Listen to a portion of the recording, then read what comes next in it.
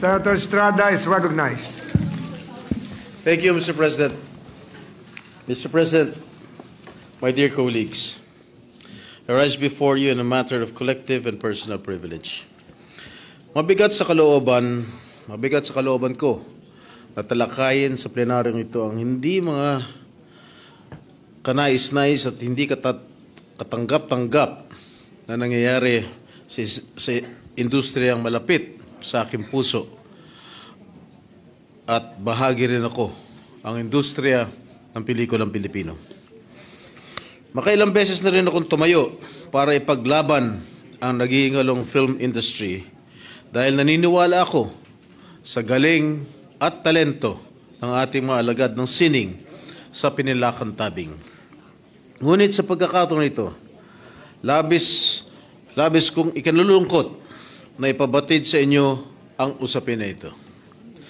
I rise today to express my deepest concern and strongest condemnation over the proliferation of and easy access to vulgar, explicit, and pornographic content on streaming platforms, particularly on Viva Max. Mr. President, the Philippines is a nation deeply rooted in moral values, family traditions, and respect for human dignity. However, these principles are being challenged by platforms that prioritize profit over social responsibility. Viva Max, a subscription-based popular streaming service, has gained attention not for its meaningful and family-oriented content, but for inundating the digital space with films and shows filled with graphic, sexual, and exploitative material. While I acknowledge the importance of artistic freedom and creative expression, these should come with boundaries, especially when they begin to undermine our society's moral fabric. This situation is even more concerning because many of these materials are easily accessible and may target younger audiences who are more susceptible to influence. Buong pagmamalaking inanunsyo ng kumpanyang Viva Max na pumalo na sa 12 milyon ang kanilang subscribers as of October 10 of 2024. Bagamat may mga comedy, drama, romance, horror movies, at concerts na mapapanood sa ilalim ng rebranded na streaming platform ng Viva Communications Incorporated na kilala na ngayon na VMX, ang unang bubungad sa subscriber ay ang tinatawag nilang sexy contents. A subscriber can gain access to their platform for 169 to 499 pesos per month. Article 201 of the revised Penal Code prohibits the distribution, exhibition, or sale of content deemed immoral, obscene, or indecent, covering literature, films, music, artworks, performances, plays, scenes, acts, and shows. Ginoong Pangulo, malinaw pong batas. Malinaw na nakasaad sa batas na ipinagbabawal ang pagpapalabas ng anumang malaswa at mahalay na material na maaaring magdulot ng pagkasira ng moralidad ng publiko. May parusang aabot sa 6 na taon, multa na mula 20,000 hanggang 200,000 at pagkansela ng permit o lisensya ang sino man lalabag dito. Ngunit tila hindi sapat para mapigilan ng mga plataporma gaya ng Viva Max sa pagpapalaganap ng ganitong uri ng nilalaman.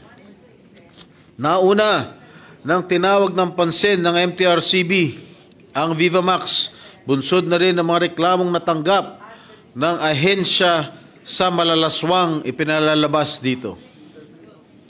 Sa isang nilagdaang kasunduan o Memorandum of Agreement noong Enero na nakarang taon, nangako ang Viva Max na mag-self-regulate.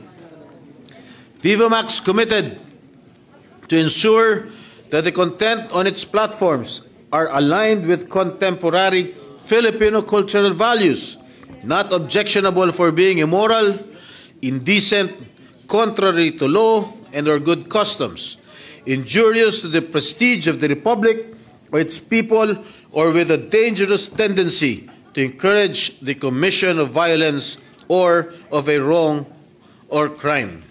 Ngunit, tila hindi tumutupad ang Viva Max sa kasunduang ito dahil sa isang monitoring na isinagawa ng MTRCB. Lumalabas na mga pelikulang pang-streaming platform ng kumpanya ay nababagay lamang sa mga porn sites. Mr. President, are we normalizing porn on streaming platform now? Ang mga ganitong klaseng pelikula,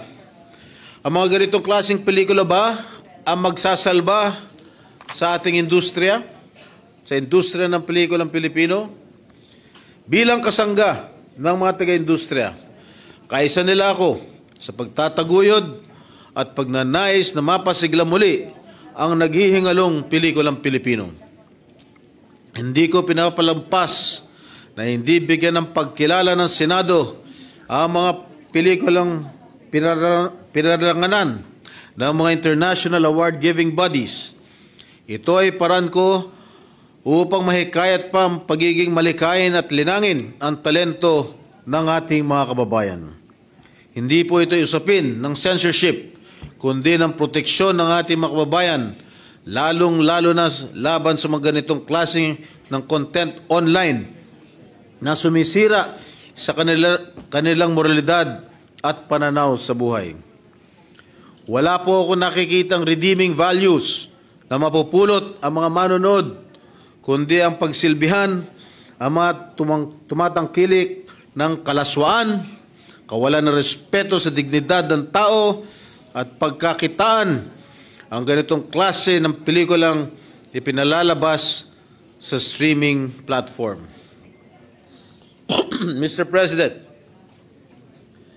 ang binabayad lang po sa mga artistang gumaganap dyan sa Viva Max, lalong-lalo na po yung mga kababaihan, ay balita ko, umigit kumulang lang ng 15,000 pesos per day. Paghuhubad ka na kung ano-ano pa gagawa sa iyo ng direktor. They are exploiting our women, Mr. President. The normalization of such content erodes the fundamental principles of respect, decency, and empathy, which are essential for individual well-being and social cohesion. As consumers of digital content, we must be vigilant and discerning about what we watch and share. Content creators must likewise recognize their responsibility in shaping public discourse and cultural norms. Bago po ako magtapos, tulad nga ng sinabi ko kanina, 15,000 lamang po ang binabayad kapalit ng pagbilad ng kanilang katawan sa harap ng kamera.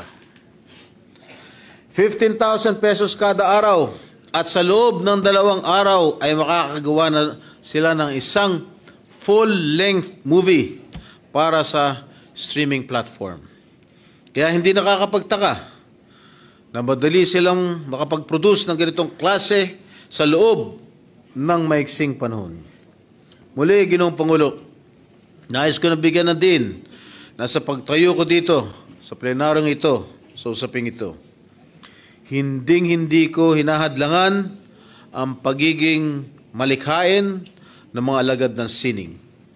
Naninindigan ako upang bigyan ng wakas ang ganitong uri ng kabuktutan sa ngalan ng ating mga kabataan, pamilyang Pilipino at ng ating inambayan. Maraming salamat po, Ginoong Pangulo. Majority Leader. Mr. President, Senator Joel Villanueva is seeking the floor and move that he be recognized. Senator Villanueva is recognized. Thank you very much, Mr. President, Majority Leader. May we know, Mr. President, if our good Senate President Pro Tem, Senator Jinggoy Estrada, would yield to some clarificatory questions coming from this representation, Mr. Gladly, President? Mr. President. Mr. President, at the onset, may I just put into the records of this August chamber my sincerest thanks and gratitude to our dear colleague, who is not only a colleague of ours here in the Senate, but also who hails from the industry na malapit po sa kanyang puso, sa industriya ng pelikulang Pilipino. Bihira po sa mga nakikita natin ngayon sa industriya ang may ganitong karakter para i-expose, Mr. President, ang ganitong uri ng mga bagay na tinatouch, Mr. President, yung napakahalagang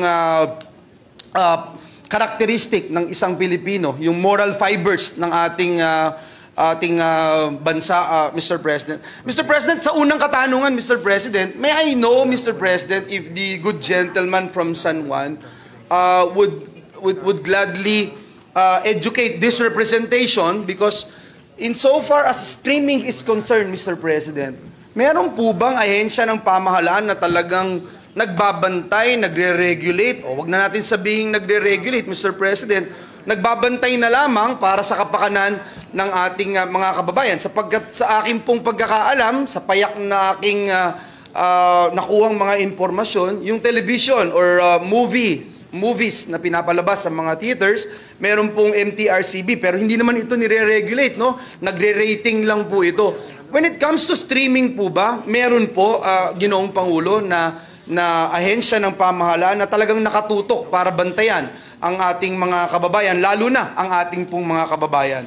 Well, ikinalulungkot ko pong sabihin sa inyo, Ginoong Pangulo, na wala hong ahensya de gobyerno ang pwede mag-monitor nitong mga pinalalabas nitong sa streaming platform. Lalong-lalo na po yung MTRCB, hindi po sakop ng kanilang mandato ang pagmamonitor ng mga streamline platforms sa social media. Nakakalungkot, Mr. President, because if that is the case, you know, in some countries, Mr. President, when you enter the country and you try to get connected to the internet, for instance, talagang wala ho no? In some countries. For example, let me share my experience. When I was in Vietnam, Mr. President, may ilang lugar po doon na wala Hindi ka maka-access whatever you do, whether internet or cellular network, hindi ka makapasok. Parang yun, medyo mahigpit na po yun. Pero sa atin, Ginoong Pangulo, any Tom, Dick, or Harry can actually access itong Viva Max. Even the minors, Mr. Even President? the minors can easily access any streamlined platform, especially itong mga Viva Max, itong mga porn sites. Ipepekein mo lang yung edad mo, sasabihin, how old are you? Sasabihin mo lang 18, 20, pwede ka na pumasok. Kahit 12 years old ka lang, pwede ka na pumasok. Yan po anong nakakalungkot. Are you saying, Mr. President, distinguished colleague, wala ho ni kahit anong mekanismo? I don't think so. Itong streamlining apps na ito na mag-check whether or not totoo o hindi. Yeah. Yung Wala. pumapasok. I think they only ask for your age, for your name, or etc. And then you can put there na I am of age, I am 20 years old, I am 25 years old. Kahit minor de edad ka ba, pwede mong you can gain easy access dun sa mga sites na yan. Mr. President, sino ho ang pupwedeng magprotekta sa ating mga kabataan na itinuturing ng ating konstitusyon, ng ating mga ninuno, ng mga nagbuwis ng buhay para sa kasarinlan ng ating bayan, na itinuturing hindi lang pag-asa ng bayan, kundi may-ari ng kinabukasan? Sino ho ang pupwedeng magprotekta, Mr. President? Senado na lang po ba? Kung ganito po ang sitwasyon, because our Constitution, Mr. President, is very clear. The 1987 Constitution states the role of the state to promote the youth's moral well-being. Nasa Section 13, Article 2 po yan ng ating Constitution. Sino ho ang pwede nating kalampagin para maprotektahan ang ating mga kababayan, lalo na ang ating mga kabataan, Mr. President? Well, sa ngayon, ang pwede nating sabihan ay yung MTRCB. Dahil yun po ang gusto nila magkaroon ng control or regulation dito sa mga tinatawag na online streaming apps, no? Dahil siguro sila lang siguro yung the appropriate agency na pwedeng mag-regulate at mag-monitor dito sa mga streamline platforms na ito. Mr. President, I have to confess in front of our idol presiding officer, I have never seen a Viva Max movie, Mr. President. So, please allow me to ask this question. Ito ho ba ay the same as the movies being shown in theaters, Mr. President, with what? An X-rated movie, etc.? May pinapakita ba dito na hindi talaga kanais-nais na makita o dapat ma-rate man lang? Dahil dito sa mga theaters natin, Mr. President, I remember I was with my daughter and we're trying to watch a movie, a Marvel movie, and because there's violence, kahit anong gawin mo na pakiusap, hindi ka makakapasok doon sa theaters, Mr. President. Kahit na ako'y talaga innocently asked this question to the theater guards, Mr. President, na nandito naman yung tatay, nandito naman yung parent. Can we be allowed to watch a Marvel movie, Mr. President? Pero kahit anong pakiusap ko, hindi talaga kami pinapasok. And I admire the tenacity of the guards or those personnel manning the theaters, Mr. President. Pero dito po, Mr. President, ano bang difference nitong movies na ipinapalabas dito sa Viva Max, Mr. President? Once the MTRCB rates a movie, if it's rated X, kahit kailan, hindi ho pwedeng ipalabas sa sinehan yan. Sa publiko. Sa publiko. Now, kung ang MTRCB nag-rate ng R18, minsan nakakalusot yan, no? But of course, the movie owners are very strict. Kailangan siguro hingin ID na above 18 years old ka. Pero ano nangyari doon sa isang pelikula, I forgot what movie that was. Mr. President, may araro kayong pinakitang... Unang tikim ba yun? Unang whatever? Unang tikim. Nakalusot sa isang sinehan na nirate ng MTRCB na R18. Nakalusot sa sinehan, pinapakita lahat, no? May pumping scene, may breast exposure, may butt exposure. Talagang, alam mo, nang malaswang-malaswa talaga. So siguro ang dapat gawin ng MTRCB, suspendehin o isara yung sinehan na nagpalabas ng ganitong klaseng malalaswang pelikula. Mr. President, I remember, and we were then a member of the House of Representatives representing Sibak Party List in 2004. We had a consultative meeting with theater owners to disallow showing of this so-called, for me, I would say it's already pornographic films, Mr. President. And during that time, the SM Shoemart themselves made that decision not to show this kind of films. So my next question, Mr. President, is that yung MTRCB po ba, naa-allow sila to rate the movies being shown or being accessed in this streaming apps, Mr. President? No, wala specifically itong They Viva do not have Max? any control or they do not have any control or regulation dito sa ating mga streamlined platforms, dito sa mga apps. Wala ho silang mandato, hindi ho sakop ng kanilang mandato. That is why what they are proposing in the bill, itong sa bagong bill na I think pagbobotohan natin ngayon, na isama na yung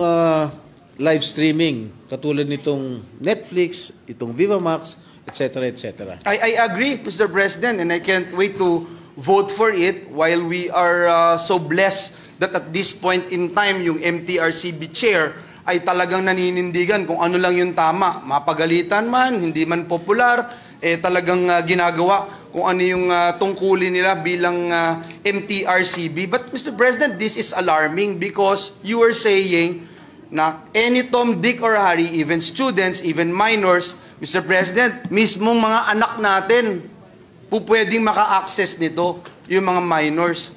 Ang next question ko, Mr. President, pagka ba umaccess sila nito, nagagamit nila itong mga apps na nagdaan din sa Kongreso, yung prangkisa, kagaya for example, kung ikaw ay Globe, yung GCash mo, magagamit mo dito, Paymaya mo, magagamit mo dito, ito bang mga ito, magagamit mo dito, at sila din po ba, meron ba silang mekanismo rin para i-check na ito'y ginagamit ng isang minor na gumagamit ng hindi karapat-dapat o hindi angkop, and I will use that word in Tagalog, hindi angkop doon po sa kanilang age na ma-access ang ganitong mga klaseng pelikula, Mr. President? Tingin ko wala ho silang mekanismo. Kunwari ako meron akong GCash, siguro hindi na siguro magtatanong ang kumpanya kung ilang taong ka na. I don't think they have any system or mechanics to do so. No, palagay ko wala ho silang paraan para i-monitor kung minor de edad ka ba o sapat ba edad mo para makanood nitong mga applications nito. Nakakalungkot, Ginoong Pangulo, sapagkat kita-kita na lang talaga pala. Yung gano'n na lang ba yung sinasabi natin dito, Mr. President? Basta That's how it is, kumikita. Mr. President. Kita-kita na lang. And if that's the case, Mr. President, I am not even thinking twice to revisit the franchises that we have given to these companies, Mr. President. Because I remember, I once stood here in this August chamber to question, for example, yung mga GCash na yan, etc., na tumataya doon sa mga isabong. Ang dami na hong nagpakamatay doon sa isabong. Ang dami nang nabiktima. Mga 16, 14 years old, doon po sa Davao, nakita natin, kalahating milyon, bigla may utang yung bata. Bakit? Hindi kasi na-check nakakapagtaya na po sila. Ngayon, Mr. President, kung ganun po, dapat siguro, would you agree with me na i-revisit natin yung mga prangkisa na ibinibigay natin doon sa mga kumpanya na pinagkakakitaan ito, sapagkat nung time na diniscuss natin yung kanilang mga prangkisa, wala pong mga ganito na mekanismo. Wala rin pong ito, Mr. President, na discussion as to whether or not they can actually use this to gamble, to pay for live streaming or streaming apps na kung saan nagpapakita ng mga malalaswang pelikula na na-access din ng mga minor de edad, Mr. President. Well, I strongly support you. I do not have any quarrel with that. I do not have any objection with that. But I just would like to remind the good gentleman, ito mga GCash, Globe, Smart, ito lang yung it is just a means to pay the subscription of this particular application, katulad nga nitong Viva Max, itong kung mga isabong na ito. But of course, I will in due time I will support your proposal, Mr. President. Thank you, Mr. President. For me, it's just that we feel that there is some sort of responsibility we are giving to these companies. Hindi naman pwedeng absolute yung ibinibigay natin na kapangyarihan na you can do whatever you want. In fact, Mr. President, I am about to defend the franchise of Meralco today, supposed to be. And that's been my principle, Mr. President. We cannot allow creeping franchises to be given to any Tom, Dick, or Harry na wala nang responsibilidad. Mr. President, before I go to another topic, I can see Senator Pia Cayetano on the rostrum. I think she's seeking the floor, and I'm more than willing to yield for her intervention, Mr. President. But before I recognize the Senator Pia Cayetano, I would like to remind the good gentleman that the Speaker pro tempore that if at the meantime that the MTRCB is not yet equipped with that kind of mandate, siguro we tap the PNP and the NBI right away para mabigyan kaagad ng action itong problema na ito, because this really nakakatakot ito. Our values are being attacked by this kind of business. Siguro pwede na siguro natin i-remind ng PNP na do their mandate. They have their cybercrime, anti-cybercrime group or whatever units under the PNP who has the capacity to react on this kind of crime. If this is a crime, because we know pertinent laws are being violated by this particular business. Yes, Mr. President. Once the majority leader refers this my privileged speech to the appropriate committee, then we will have to discuss it in the committee level, Mr. President. Thank you, Senate President Pro Tempore. And I would like to recognize Senator Pia Cayetano. Thank you. With the permission of the gentleman, I just was listening to the exchange, and I'd just like to share my input. I believe this discussion that involves the payment vehicles is important to not just take note of, but to highlight. For how many years, maybe, I don't know, a decade or so, all of these new kinds of companies, new because they're now digital, everything that has to do with online, they hide behind the cloak of, but di na namin sagot yan, hindi na kami yan, you know? And now, Mr. President, it is very possible for all of these companies to somehow just have a restriction on the payment to these companies that are not child-friendly. It's as simple as that. It's so simple. And if they refuse to do that, then we should, if there is not enough laws that restrict or penalize them, then we should penalize them. It is not that difficult for them to say na GCash payments can be made here but cannot be made to online gambling. The former majority floor leader will recall that we were both very, very against the sabong. And these are the vehicles that were being used. Okay lang sa kanila na may nagpapakamatay. Okay lang sa kanila na nalunlun sa utang ang pamilya dahil may na-addict sa online sabong na yan. So kung okay lang pala sa kanila, edi parusahan natin sila. Kasi nakakasira nga sila ng not just our values, no? Because yes, it's our values, but there are consequences. And the consequence is, if you allow your company, your method of payment to be used in a way that we have already prohibited, then penalize them. So yun lang naman din ang sa akin. I join the gentlemen in their concern. And I will add my advocacy to it. Yan din ang ginagamit ng mga bata para bumili ng vape na bawal sa kanila. Bawal. Tapos nandun din online. So it's the same. It's just a different product. I'm about to go there. It's the same. It's the same. It's just a different product. And all of these companies are empowering the youth to buy these products, these services that should be prohibited. It has become easier. And let's not deny that there are services na nakakabuti. Pero yung hindi nakakabuti, di iban. Hindi mahirap yun. Nagpapalusot lang yung mga yan. Sabihin nilang, hindi pwede. Kung gusto nila, if there's a will, there's a way. Yun lang po, Mr. President. Thank you, Madam Senator from Taguig. Before that, if I may, I just received information that if you are a Globe user and if you will access dito sa mga porn sites, YouTube for X-rated contents, they will already block the Globe user for accessing yung mga porn sites. So siguro dapat itong Smart, itong mga ibang itong Paymaya, yung mga Visa credit card, Master credit card, siguro they have to follow suit. So that's the question. What is the definition of porn? What is soft porn? What is medium porn? What is a little bit porn? I want to have the definition. Yes. Because madali sigurong sabihin na binlock yung porn na porn.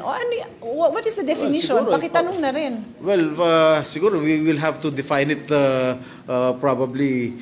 Siguro for me, yung hard, I do not know the comparison between hard and soft porn. Anyway, kayo na yan, ha? Ako, pareho lang. Pagka meron nangyari, porn na yan eh. And we're all veteran legislators, Your Honors. We couldn't even define. So we need an expert, actually, Mr. President. And that's also my point. Then I thank the distinguished lady from Taguig and Pateros for raising this particular issue. Even the vapes, Mr. President. You can easily fool paying apps, Mr. President. You just have to press your 18 There- years there's- old, they there's- give you there's- access. There's no second, third, or fourth line of defense in ensuring that they will only cater to those who are actually with proper age, Mr. President. Anyway, If I can, with the permission of Senator Villanueva, if I can remember, during our hearing sa Isabong, it was discussed extensively yung paano maglagay ng control yung GCash at Paymaya. But until now, hanggang promise lang sila. They said that they promised to do everything. Pero ngayon, wala pa rin tayong narinig na concrete action coming from them. So it's high time, I think, for them to be penalized, if I may. that's a good idea, Mr. President. I'm going towards that direction as being mentioned by our acting presiding officer, Mr. President. Because this representation filed several measures. SB 734, ito pong iPad Act, Indecency, Pornography, and Obscenity Deterrence Act, which increases the penalty, Mr. President, under Article 201 of our revised penal code. Yung revised penal code po, yung moral doctrines, obscene publications, and exhibitions and indecent show, would the distinguished sponsor, I mean the Senate President Pro Tem who delivered a compelling privileged speech, agree, Mr. President, that it's also high time that we increase penalties, Mr. President, in this particular aspect, Mr. President? Yes, definitely. I will support any proposal by the former Majority Leader, Mr. President. Mr. President, kanina po pinakita yung ilang mga titulo lamang ng pelikula doon sa ano ba tawag doon? Streaming app na Viva Max. Yeah, actually, and nakita ko yung mga titles pa lang, Mr. President. It's very suggestive. I'm already distracted and concerned about it. For example, Mr. President, Araro. Araro pero wala doon sa bukid. Lahat nandun sa loob Kwarto. ng bed scene, Mr. President. Ang mga pictures na pinapakita. Paano naman naging connected yung Araro doon sa bed scenes kesa sa bukid, Mr. President?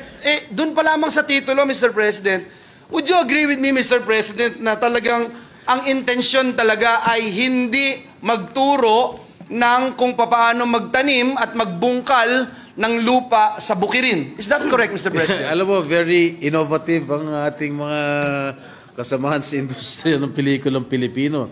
Siyempre, double meaning na yan. Alam mo, siyempre, Araro, Plowing. sa bukid yan, Plowing. meron ding Araro, sa ibang version naman, sa ibang thinking ng mga malikhaing mga alagad ng sining natin. Kaya, dun lang sa very catchy yung mga titles. Alam mo, once na catchy yung title mo, panunuorin talaga eh. Yan ang natuto ko nung ako'y nag-artista pa nung araw, no? Talaga pag medyo catchy talaga yung title, talagang manunod ka katulad ng Unang Tikim. Meron pang ganun. Ano pa ang mga ibang mga ha? Yun po, Ginoong Pangulo, ang aking nais i-point out. Dahil bata pa po ako, artista na yung aking tinatanong ngayong hapon na ito. At gusto kong matutunan, Mr. President, na yun pa lang ho, no? Titulo pa lang, alam mo ho na naughty or that's the list that you can describe it, but more of targeting Filipinos, especially young people, to be involved and be engaged in pornographic materials, Mr. President.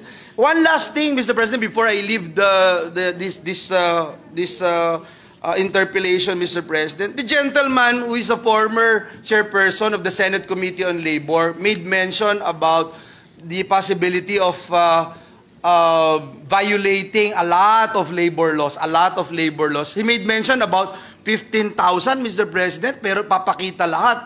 Meron po bang nagawa ang ating Department of Labor and Employment para inspeksyonin ang set nito as mandated by our laws, Mr. President, whether you talk about occupational safety and health standards at iba pang mga batas na ating ipinasa dito sa Senado, meron po bang nakukuha na Pag-ibig o PhilHealth itong mga aktor, mga cameraman, mga utility guys ng mga gumagawa ng ganitong klaseng pelikula, Mr. President? Sigurado ako, Ginoong Pangulo, wala ho sila natatanggap na benepisyo, pribileyo, dahil per day po ang bayad sa kanila.